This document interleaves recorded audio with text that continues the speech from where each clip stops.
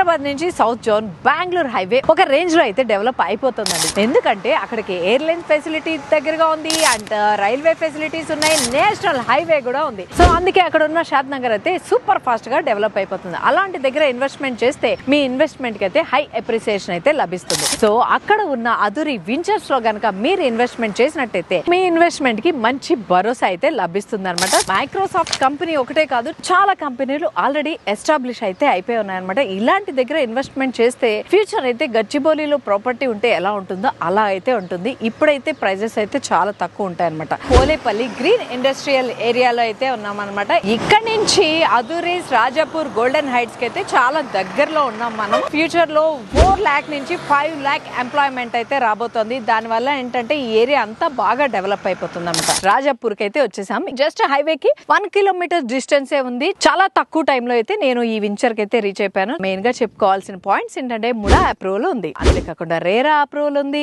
మనకి bank loan facility కూడా వస్తుంది. మెయిన్ గా చెప్పుకోవాల్సింది మీకు ఈఎంఐ ఆప్షన్ కూడా ఉంది. ఫ్రీ సైట్ విజిట్ అయితే ఉంటుంది అనమాట. కింద డిస్క్రిప్షన్ లో నెంబర్ కనిపిస్తుంది కదా, ఆ నెంబర్ కనుక మీరు కాల్ చేసి మీరు స్లాట్ అయితే బుక్ చేసుకోవచ్చు. లేదు ఈ లేఅవుట్ కి సంబంధించి మరింత ఎంక్వైరీ ఏమైనా చేయాలి అనుకుంటే కూడా ఈ నెంబర్ కి అయితే కాల్ చేసేయండి.